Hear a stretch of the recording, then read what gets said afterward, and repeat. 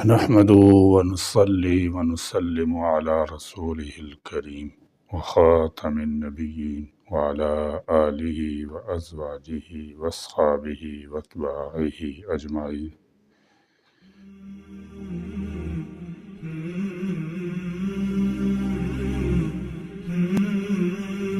پیغمبر اسلام تمام انسانیت کے لیے نمونہ کامل اور مشعل راہ ہے۔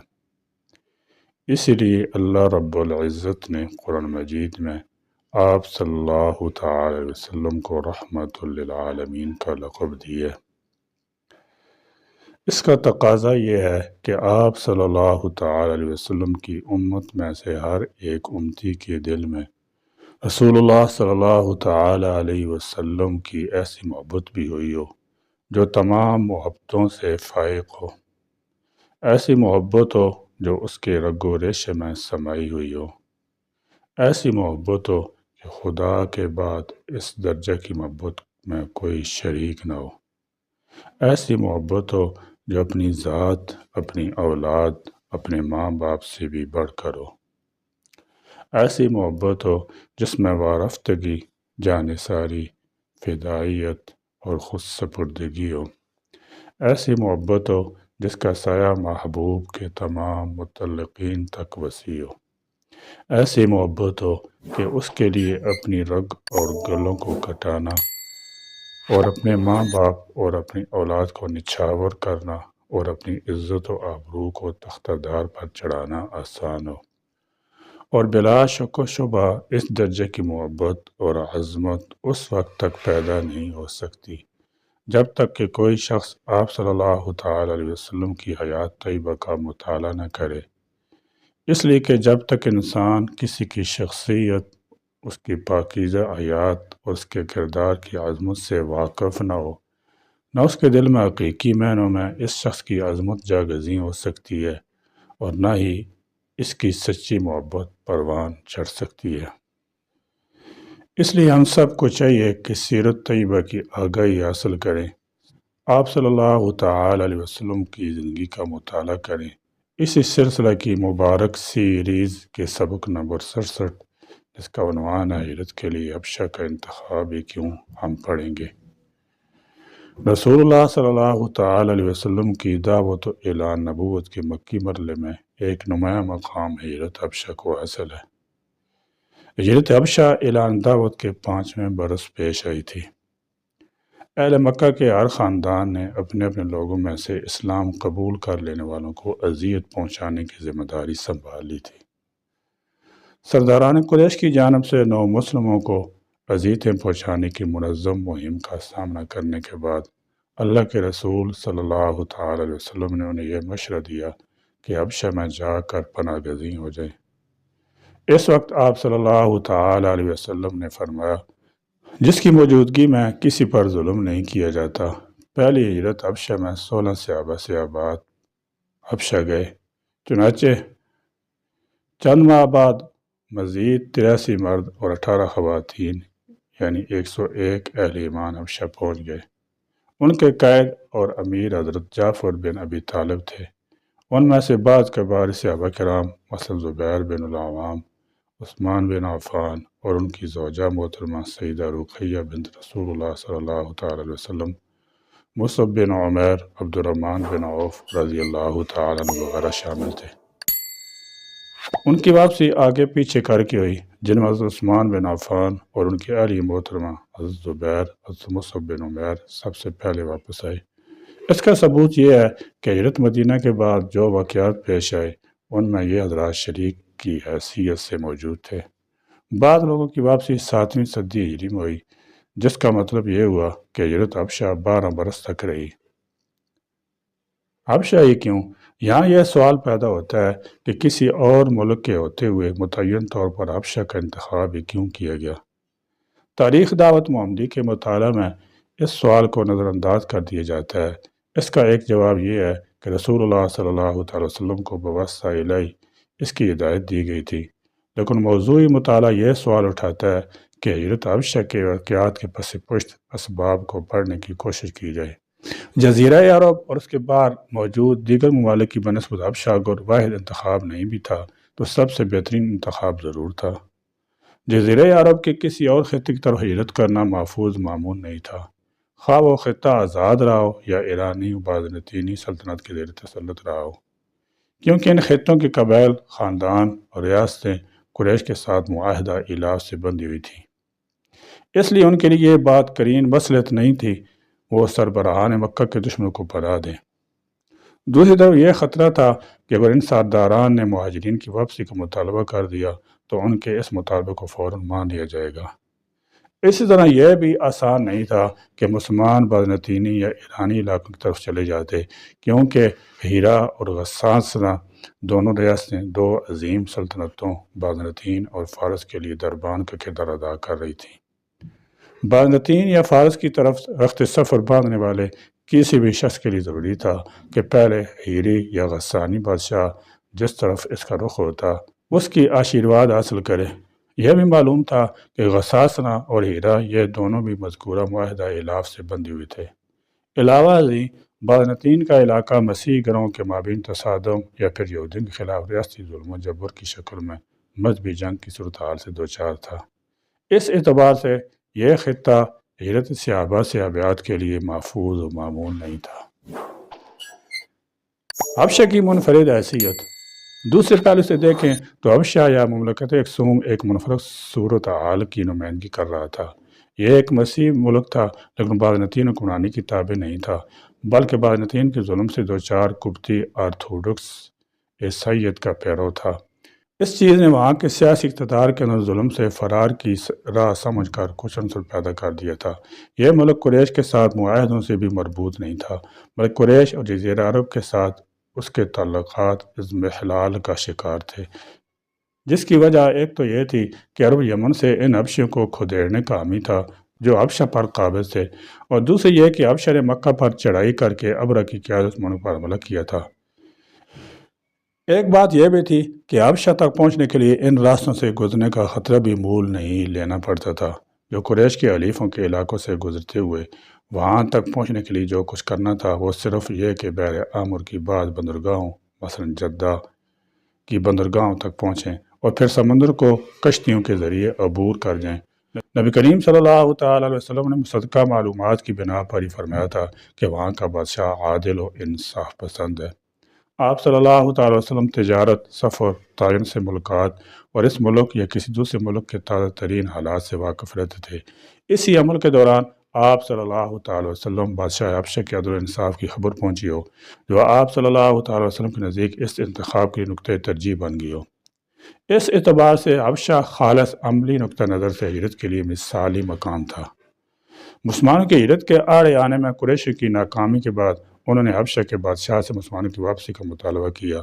اس کے لیے انہوں نے عمر بن العاص، عبداللہ بن ربیعہ کو بھیجا، جن کا تذکرہ 2 سبق پہلے آپ پڑھ چکے ہیں، جو بادشاہ اور اس کے افسران اور فوجی کمانڈروں کے لیے طائف سے لدے ہوئے وہاں پہنچے تھے۔ آخر کار ابن العاص نے بادشاہ نجاشی کے سامنے پیش ہو کر اس کی حکومت مکہ کی بات پہنچائی اور یہ وجہ بیان کی کہ مسلمان اسلام لے آنے والے لوگ احمق لوگ ہیں، کہ انہوں نے ہمارا دین چھوڑ دیا ہے، وہ تمہارے دین پر بھی نہیں ہے۔ حضرت حبشہ پر قریشیوں کا پریشان ہونا سمجھ میں آنے والی بات تھی، اس لیے مکہ کے لیے ابرہ کا حملہ ابھی سامنے کا واقعہ تھا، اور سرداران مکہ کو اس بات کا ڈر کھا رہا تھا کہ حبشہ کی طرف ہجرت کرنے والے ان لوگوں کو یہ موقع نہ مل جائے کہ نجاشی کو قوت پہنچائیں اور اسے بلاد عرب پر حملہ کے لیے اکسا دیں، بالکل اسی طرح جس طرح سیف نے فارسیوں کو یمن پر حملے کے لیے قائل کر لیا تھا، یا جس طرح نجران کے عیسائیوں کی اپیل پر حبشی نے یمن پر حملہ کر دیا تھا۔ باہر سے قوت حاصل کرنے کا خیال بہرحال پریشان کن تو تھا ہی، کیونکہ یہ مذہبی غرض اور خالص اقتصادی منفعت کی غرض سے قابل عمل تھا۔ مذہبی غرض سے اس طرح قابل عمل تھا کہ نجاشی اسلام قبول کر لے اور مسلمانوں کو فوجی عسکری حمایت مدد پیش کر دے۔ مسلمانوں کے وفد، جس کی نمائندگی حضرت جعفر بن ابی طالب فرما رہے تھے، کو طلب کرنے پر وفد نے اپنا مسئلہ اس کے سامنے پیش کیا تو بادشاہ نے انہیں اپنے ملک میں قیام کی اجازت دے دی۔ پھر جب عمر بن العاص نے اس دلیل کے ساتھ اس سے مسلمانوں کے خلاف اکسانے کی کوشش کی کہ حضرت مسیح کی حقیقت کے بارے میں وہ اس کے مذہب کے مخالف ہیں، تو بادشاہ نے اور بھی شدت سے اس حد تک ان مسلمانوں کی حمایت کر دی کہ ان کو گزند پہنچانے والے کسی بھی شخص پر جرمانہ عائد کر دیا۔ شاہ نجاشی نے طائف لوٹا کر قریش کے وفد کی سرزنش بھی کی تھی۔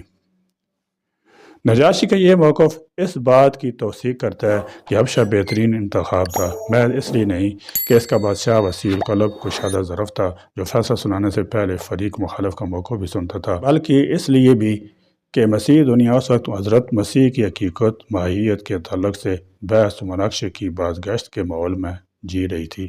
ایک طرف وہ لوگ تھے جو حضرت مسیح علیہ السلام کی بشری اور لاہوتی دونوں حقیقتوں کے قائل تھے، اور ایسے لوگ بھی تھے جو یہ کہتے تھے کہ وہ شخصیت تو ایک ہی ہیں لیکن اس کے متعدد پہلو ہیں۔ ایک طرف جبکہ بازنطینی سلطنت اپنے سرکاری مذہب رومن آرتھوڈکس چرچ کے مخالفین کے لیے ظالم بنی ہوئی تھی، بقیہ مسیحی دنیا اس مخالفت کے ساتھ بازنطینوں کے ساتھ بانسبت نرمی سے نپٹتی تھی۔ دوسری طرف بازنطینی کیسروں کی طرح حکومت حبشہ نے خود کو اس مذہبی جنگ میں نہیں دکھیلا تھا۔ بازنطینی یہ عقیدہ رکھتے تھے کہ حکومت ہی چرچ پر حکمران ہے اور وہ ہی اس کی حفاظت کرتی ہے۔ اس طرح ظاہر ہے نجاشی کسی ایسے دین کے ساتھ معاملہ کرنے میں کہیں زیادہ وسیع ظرف ہو سکتا تھا جو دین حضرت مسیح کے خالص بشری حقیقت کو بیان کرتا ہو۔ روحانی بے چینی محسوس یہ ہوتا ہے کہ ایک ذاتی نوعیت کا عنصر خود نجاشی کی اپنی ذات کے اندر بھی تھا، جسے ہم روحانی بے چینی کہہ سکتے ہیں۔ قرآن کی ان آیات کو سن کر جن میں حضرت مسیح علیہ السلام کا ذکر ہوا ہے، اس کا یہ کہنا کہ یہ کلام اور وہ کلام جسے عیسیٰ لے کر آئے تھے دونوں ایک ہی چراغ کی لو ہیں، اس کی شخصیت پر مذکورہ مذہبی جدل و بحث کے اثرات کی عکاسی کرتا ہے۔ اس حقیقت کی عکاسی کرتا ہے کہ اس کے اندر ایسے کسی بھی موقف کو قبول کر لینے کی صلاحیت تھی جو اس کی بے چینی کو دور کر سکے۔ نجاشی کی شخصیت کا یہ جائزہ و مطالعہ اور حبشہ کے سلسلے میں نبی اکرم صلی اللہ تعالی وسلم کا یہ فرمان کہ ورد صدق ہے، دونوں اس جانب اشارہ کر رہے تھے کہ ہجرت کی تجویز سے پہلے غور فکر، موازنے، معلومات اکٹھے کرنے کا عمل انجام پایا تھا۔ یہ محض بے آس تجویز یا بے سوچی سمجھی مہم نہیں تھی۔ اس کے علاوہ یہ کام یعنی حالات سے آگاہی اور معلومات کا حصول مکہ جیسے شہر میں رہتے ہوئے آسان کام تھا، جہاں مختلف شہریتوں کے لوگ رہتے تھے اور مختلف خطوں کی خبریں یہاں پہنچتی تھیں۔ یہاں ایک اور سوال پیدا ہوتا ہے اور وہ یہ کہ کیا ہجرت کے مقام کے طور پر حبشہ کے انتخاب کی وجہ یہ تھی کہ اسلام اول درجے میں اہل کتاب یعنی یہود و نصارہ کو اپنا مخاطب بناتا ہے۔ مذہبی قصص واقعات کے مطالعے سے یہ وضاحت ہوتی ہے کہ کوئی بھی رسول ہو یا کوئی بھی نبی وہ اپنی قوم کو مخاطب کرتا ہے، خواہ اس قوم کا مذہب کچھ بھی ہو۔ اس اعتبار سے آپ صلی اللہ تعالی وسلم کے اولین مخاطب آپ صلی اللہ تعالی وسلم کی اپنی قوم تھی، اور اپنے قریبی اہل خانہ کو ڈراؤ اشورا۔ اور پھر جب یہ اعلانیہ دعوت کا مرحلہ آیا تو قرآن کے مخاطب غیر مسلمین تھے جنہیں قرآن نے یا ایھا الناس کہہ کر مخاطب کیا ہے، یعنی خطاب عمومی طور پر تمام انسانوں سے ہے۔ گویا انبیاء اور رسول کے ذمہ جو پیغام دیا جاتا ہے وہ نہ تو جغرافیائی ہوتا ہے اور نہ خاندانی، بلکہ اس کی اپیل وسیع تر ہوتی ہے۔ لیکن دوسرے پہلو سے دیکھیے کہ قرآن کا مضمون اس جانب اشارہ کرتا ہے کہ محمد رسول اللہ صلی اللہ تعالی وسلم حضرت عیسیٰ علیہ السلام اور حضرت موسیٰ علیہ السلام کی لائی ہوئی تعلیمات کو مکمل کرنے کے لیے تشریف لائے تھے، اور اس لیے تشریف لائے تھے کہ راستے سے بھٹکی ہوئوں کو حق کی طرف لے جائیں، خواہ ان کا تعلق کسی بھی مذہب سے ہو۔ ایک اور پہلو سے دیکھیں کہ قرآن میں ایسی آیات موجود ہیں جو اشارہ دیتی ہیں کہ نصارہ یعنی مسیح مسلمانوں سے دوستی میں قریب ترین ملیں گے۔ تو کیا ہجرت کے لیے مسیح ملک کے انتخاب کا کوئی تعلق اس حقیقت سے بھی ہے؟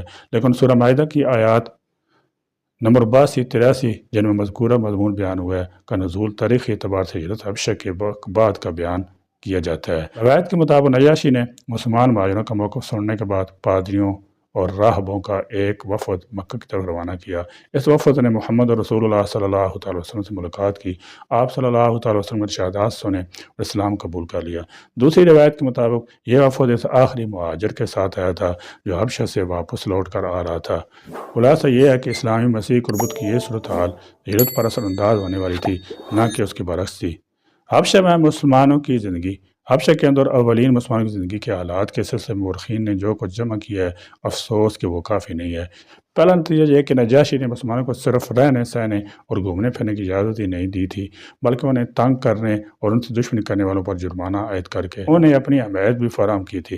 نجاشی کے ساتھ مسلمانوں کی گفتگو سے یہ بھی ظاہر ہوتا ہے کہ انہوں نے نجاشی سے اس جرمانے کی رقم میں اضافے کا مطالبہ کیا۔ اس کا مطلب یہ ہے کہ عملاً انہیں بعض طریقوں سے پریشان بھی کیا گیا تھا۔ اس سے یہ بھی معلوم ہوتا ہے کہ وہ مستقل طور پر نجاشی کے رابطے میں رہتے تھے اور ایک سے زائد صورتحال سے اس کا اظہار ہوتا ہے۔ چنانچہ حضرت جعفر بن ابی طالب حبشہ سے واپس تشریف لے آنے کے بعد اکثر بادشاہ کے ساتھ اپنی ملاقات ذکر کیے کرتے تھے۔ مثال کے طور پر یہ کہ جب بادشاہ نجاشی کسی سے خوش ہوتا تھا تو اسے اٹھاتا اور والہانہ اظہار کرتا تھا، یا یہ کہ بدر میں مسلمانوں کی فتح کے بعد اس نے اپنی خوشی کا اظہار اس طرح کیا کہ بوسیدہ کپڑوں میں ملبوس زمین پر بیٹھ گیا، جو تواضع انکسار اس فتح پر اللہ کے شکر کا اظہار تھا۔ گویا مسلمان مہاجرین کی حالت محض ان لوگوں کی طرح نہیں تھی جو ملک میں آ کر بس گئے ہوں، بلکہ وہ ایک ایسے گروہ میں تبدیل ہو گئے تھے جس سے نجاشی کا قرب حاصل تھا اور جو اس کے ساتھ گھل مل گئے تھے۔ رسول اللہ صلی اللہ علیہ وسلم اور نجاشی کے درمیان خط و کتابت کا سلسلہ بھی قائم تھا۔ اسی میں سے ایک خط وہ ہے جو آپ صلی اللہ علیہ وسلم نے اس کے پاس اسلام کی دعوت کی غرض سے ارسال فرمایا تھا، جس طرح ایران بازنطین کے شاہان اور مصر کے مقوقس کے پاس بھیجا تھا۔ اس طرح ان خطوط میں یہ خبر بھی تھی کہ نجاشی کو بغاوت کا سامنا کرنا پڑا، تو اس نے اپنی فوج کو جمع کیا اور مسلمانوں کو کشتیوں پر سوار کرا کر انہیں یہ حکم دیا کہ اس کی شکست کی صورت میں یہاں سے ملک چھوڑ کر چلے جائیں، تاکہ اس کا دشمن ملک پر قابض ہو جانے کے بعد انہیں نقصان نہ پہنچا سکے۔ جنگ طویل ہوئی تو مسلمانوں نے زبیر بن عوام کو روانہ کیا کہ دریا کو تیر کر پار کریں اور نجاشی کی خبر لے کر آئیں۔ وہ واپس آئے اور یہ خوشخبری سنائی کہ نجاشی کو فتح نصیب ہوئی ہے۔ قابل ذکر بات یہ ہے کہ مورخین نے تکرار کے ساتھ یہ بات کہی ہے کہ نجاشی اسلام قبول کر چکا تھا اور اپنے اسلام کو اپنے آدمیوں سے چھپائے ہوئے تھا تاکہ وہ اس کے خلاف بغاوت نہ کر دیں۔ مورخین نے یہ تک ذکر کیا ہے کہ جب رسول اللہ صلی اللہ علیہ وسلم تک وحی کے ذریعے نجاشی کی موت کی خبر پہنچی تو آپ صلی اللہ علیہ وسلم نے اس کی غائبانہ طور پر نماز جنازہ بھی ادا کی۔ بہرحال نجاشی کا ایسے پناہ گزینوں سے اظہار ہمدردی جو اس کے ہم مذہب نہ ہوں ایک الگ چیز ہے، اور اس کا اپنے دین سے علیحدگی اختیار کرنا ایک دوسری چیز ہے، جس کی بدولت اسے بعض خطرناک نتائج کا سامنا کرنا پڑ سکتا تھا۔ یہ چیز اس روایت کی نفی کرتی ہے۔ نجاشی کی وفات میں قبول اسلام کا اعلان کرنے کے لیے مدینہ کی طرف سفر کے دوران راستے میں ہوئی تھی۔ اسی طرح ایک نتیجہ یہ بھی اخذ کیا جا سکتا ہے کہ مسلمان ہجرت کے اس مقام پر کوئی قیدی یا پابند نہیں تھے، بلکہ اہل حبشہ کے ساتھ مل جل کر رہ رہے تھے، اور لوگ ان سے مذہبی معاملات میں بحث مباحثہ بھی کیے کرتے تھے، کیونکہ ایک مہاجر جن کا نام عبیداللہ بن جاش تھا، وہ ام حبیبہ کے شور بھی تھے۔ بعض پادریوں سے مذہبی معاملات میں ان سے مباحثہ کیے کرتے تھے، بعد میں انہوں نے مسیحیت کو قبول کر لیا تھا۔ اس واقعے سے یہ معلوم ہوتا ہے کہ کسی نہ کسی شکل میں وہ ایک دوسرے پر اثر انداز ہو رہے تھے۔ اس طرح بعض مورخین مثلا ابن اسحاق نے ان افراد کی فہرست بھی تیار کی ہے جن کی پیدائش یا وفات حبشہ میں ہوئی تھی اور وہ دفنائے گئے تھے، اس لیے کہ یہ باور کرنا مشکل ہے کہ کچھ لوگ کسی افراد قوم کے درمیان 12 برس گزاریں لیکن ان سے کنارہ کشی اختیار کیے رہیں۔ اسی طرح ایک سوال یہ رہ جاتا ہے کہ بیشتر مہاجرین کی واپسی ہجرت مدینہ کے 7ویں برس تک مؤخر کیوں رہی؟ یہ تمام لوگ بھی ان لوگوں کے ساتھ ہی کیوں نہیں مل گئے جنہوں نے حضرت عثمان بن عفان، حضرت مصعب بن عمیر اور زبیر بن عوام کو اپنا دار ہجرت تبدیل کر کے مدینہ کو دار ہجرت بنا لیا تھا؟ اس کا منطقی جواب شاید یہی ہو کہ رسول اللہ صلی اللہ علیہ وسلم نے یہ محسوس کر لیا تھا کہ غزوہ احزاب کی طرح اگر مسلمانوں کی دشمن طاقتوں کو متحد ہو کر اچانک حملہ ہونے اور مدینہ میں ان کے خلاف جنگ کرنے کا موقع مل گیا تو مسلمانوں کے لیے ایک ایسا خارجی پشت پناہ باقی رہے جہاں وہ پناہ لے سکیں، اور واقعتاً حبشہ کا آخری مہاجر اس وقت تک واپس نہیں آیا تھا جب تک فتح خیبر کا واقعہ پیش نہیں آ گیا اور مسلمان مؤثر قوت طاقت میں تبدیل نہیں ہو گئے۔ سیرت مصطفیٰ صلی اللہ تعالیٰ علیہ وسلم مزید واقعات انشاءاللہ تعالیٰ سبق نمبر 68 میں پڑھیں گے۔ اللہ تعالیٰ میں آپ صلی اللہ تعالیٰ علیہ وسلم سیرت مطالعہ پڑھنے، اس پر عمل پیرا ہونے کی توفیق بخشے۔ آمین۔ وآخر دعوانا الحمدللہ رب العالمین۔